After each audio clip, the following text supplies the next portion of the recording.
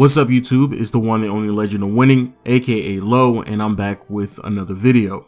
Now, as many of us are aware, trading for Anthony Davis is not some new storyline. This has been a rumor for multiple franchises for the past several months to a year now, but the one big development is that the Pelicans actually won the NBA lottery and received the first overall pick. Because of this development, not only does it mean that the Pelicans' rebuilding phase should go over smoother than expected, but also this gives a more level playing field for all of the franchises that were willing to trade for Anthony Davis. Now, keep in mind, Anthony Davis is not a free agent. He's going to be traded to an organization, meaning that the Pelicans have to do what's best for them first, rather than be concerned about what Anthony Davis wants out of this transaction, very similar to what we saw with Kawhi Leonard and the San Antonio Spurs. Also keep in mind that AD only has one more guaranteed year on his contract. Meaning that if you are willing to trade for Anthony Davis, you understand that it comes with a risk of potentially him leaving by the end of next year. But even with that risk, there are quite a few franchises who are willing to fork over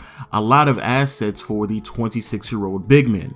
The reason for this obviously is because Anthony Davis, when healthy, is one of the top 10 players in the NBA, and pairing him with another star in the NBA will exponentially raise your odds at winning a championship, and of course, that's what every team is trying to achieve. So with the star forward on the trading block, obviously there have been multiple teams who have been rumored to be interested in his services, but unfortunately I feel like the one team that would make the most sense to receive Anthony Davis and have a realistic chance of persuading Davis to stay once his contract expires is going unnoticed. But before we talk about that team, let's first discuss the other trade packages that are available and why I believe those organizations don't necessarily offer the best situation for the Pelicans moving forward. The first team are the Boston Celtics, an organization that has acquired a slew of assets over the past handful of seasons, and it seems as if they have been building up to this moment. And honestly, the Celtics not only have the more valuable, but also have the most assets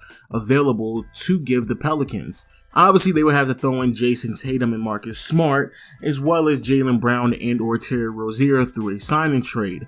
And also, let's not forget the ridiculous amount of draft picks that they have acquired throughout the years as well, the most valuable one being the Memphis Grizzlies pick, which, if it's not conveyed in the next 2 years, will be unprotected. Now, for the Pelicans, having a rotation that consists of Zion Williamson, Jason Tatum, Terry Rozier, and Jrue Holiday is very interesting, and I would argue it would put them in the conversation for the best young core in the NBA.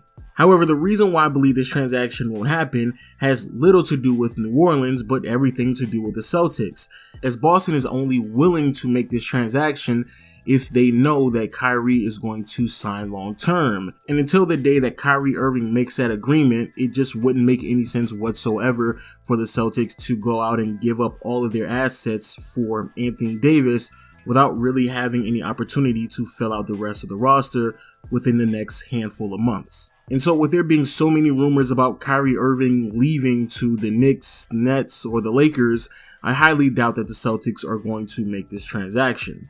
Now, the next team are the New York Knicks. The Knicks were the biggest losers in this year's draft lottery as they were positioned to receive the first overall pick, but fell to third. Meaning that the pick that the Knicks will have to give up to acquire Anthony Davis won't be as valuable as the pick that the Pelicans already have, thus lowering the value of an already questionable trade package that the Knicks have to offer. And the reason why I label it questionable has a lot to do with the remaining assets that the Knicks have. Of course, they're going to throw in Dennis Smith Jr., Kevin Knox, Mitchell Robinson, and potentially even some Dallas Mavericks picks that they receive during the Porzingis transaction.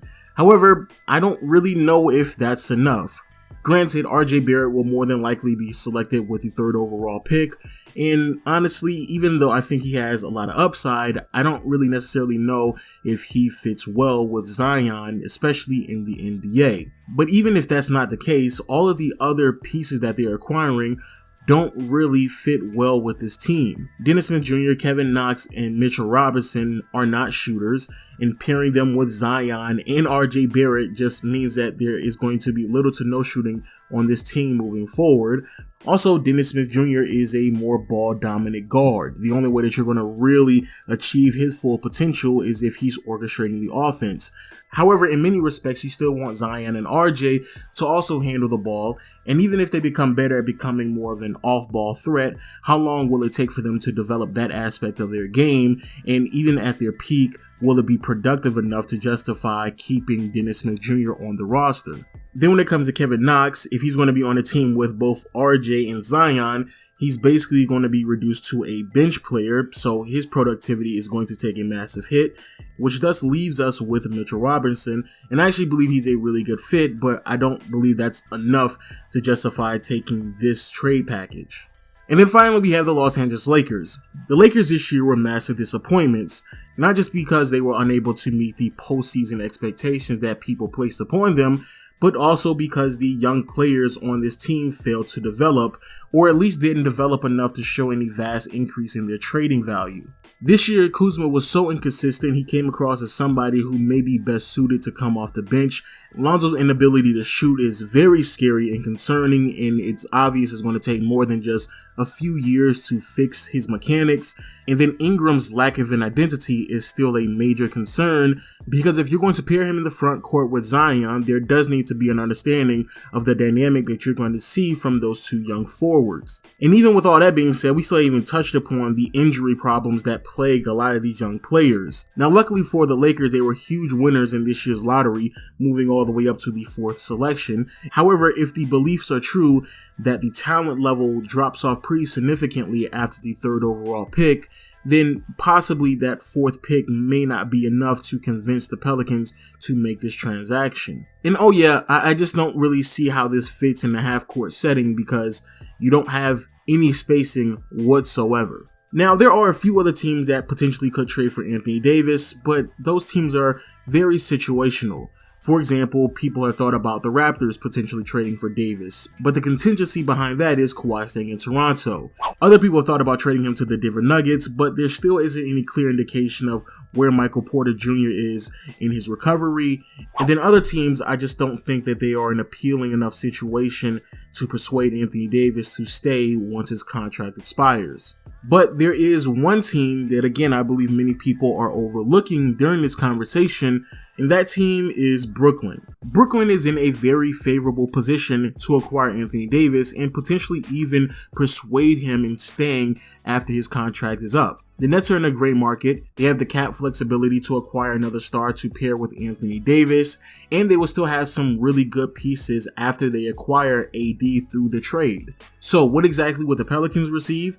This year, the Nets have 2 first-rounders, as well as the 1st pick in the 2nd round. Also, they can throw in Jared Allen, Karis LeVert, and do a sign and trade with D'Angelo Russell. Now, you may be asking, how is that a better trade package than the Boston Celtics or even the New York Knicks? Well, let's break it down even further. The Pelicans next year could have a lineup that consists of D'Angelo Russell, Jrue Holiday, Karis LeVert, Zion, and Jared Allen. Honestly, I would argue that's the best lineup that we have seen so far. They have a rim protector to pair with Zion in the front court. They also have some 3-point shooting with Karis LeVert and D'Angelo Russell, as well as having an established young player in D'Lo who you understand what you're going to get out of him. And this year was a great season for Russell, as statistically he was having a career high in multiple categories and is in the conversation for the most improved player of the year. Not only is the growth in D'Lo's numbers obvious, but also the growth in leadership and maturity is pretty valuable as well, especially when you're dealing with a fairly young team. And I honestly believe it would be a great fit for Zion. D'Lo is dynamic enough to handle the ball, make the right play. He was a really good 3-point shooter this season, so even if he's off the ball, he can space out the floor for Zion and everyone else. And then pairing him in the backcourt with Jrue Holiday would just aid him on the defensive end, as D'Lo isn't the greatest defender. And also the floor spacing and rim protection between Jared Allen and Karis LeVert not only aids the growth in Zion, but also there isn't anyone stepping on his toes. And again, you're throwing in 3 draft picks, 2 of which are first rounders. So again, if we're being honest with ourselves, I really don't know why anyone would make an argument that the lineup that potentially could be had for the Pelicans if they trade Anthony Davis to the Nets isn't on par, if not better, with any other lineup that they could acquire through any other transaction with any other team. So with all that being said, people, please let me know what you think about the video in the comment section below. I honestly believe that the Brooklyn Nets are in a very favorable position to make some really big moves this offseason, and for whatever reason, no one is really talking about it because obviously the Nets and the Lakers are taking up a lot of the headlines, but don't sleep on the Nets because they really and truly have set themselves up to achieve something really great this offseason. But with that being said, people, I will see you next time. Peace.